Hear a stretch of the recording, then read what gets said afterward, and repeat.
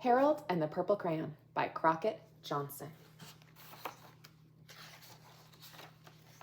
One evening, after thinking it over for some time, Harold decided to go for a walk in the moonlight.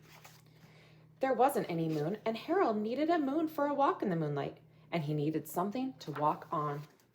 He made a long straight path so he wouldn't get lost, and he set off on his walk, taking his big purple crayon with him. But he didn't seem to be getting anywhere on the long straight path, so he left the path for a shortcut across a field, and the moon went with him. The shortcut led right to where Harold thought a forest ought to be. He didn't want to get lost in the woods, so he made a very small forest with just one tree in it. It turned out to be an apple tree. The apples would be very tasty, Harold thought, when they got red. Look at this straight line and this bumpy line. So he put a frightening dragon under the tree to guard his apples. It was a terribly frightening dragon. Look at the zigzag line used to make that dragon and its teeth. It even frightened Harold. He backed away. His hand holding the purple crayon shook. Do you see the line it's making? It's a wavy line. Suddenly he realized what was happening.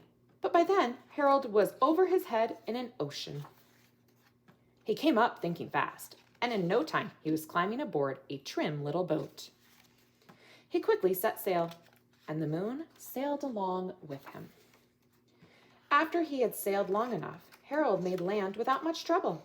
He stepped ashore on the beach, wondering where he was. The sandy beach reminded Harold of picnics, and the thought of picnics made him hungry. So he laid out a nice, simple picnic lunch. There was nothing but pie. But there were all 9 kinds of pie that Harold liked best. When Harold finished his picnic, there was quite a lot left.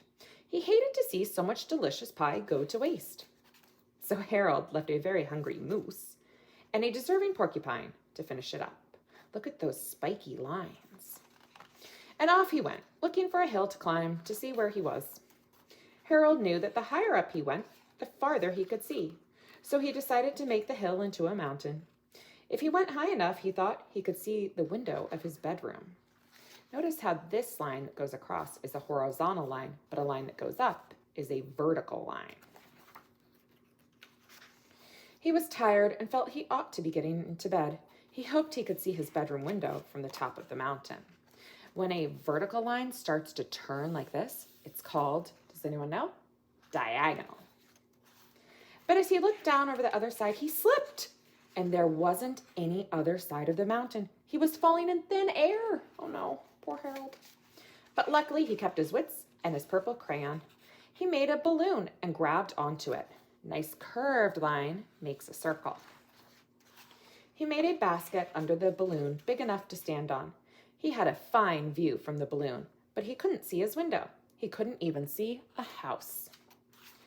So he made a house with windows, and he landed the balloon on the grass in the front yard. None of the windows was his window. He tried to think where his window ought to be. He made some more windows. He made a big building full of windows. He made lots of buildings full of windows. He made a whole city full of windows. But none of the windows was his window. He couldn't think where it might be. So he decided to ask a policeman. The policeman pointed the way Harold was going anyway, but Harold thanked him. As he walked along with the moon, wishing he was in his room and in his bed, then suddenly Harold remembered.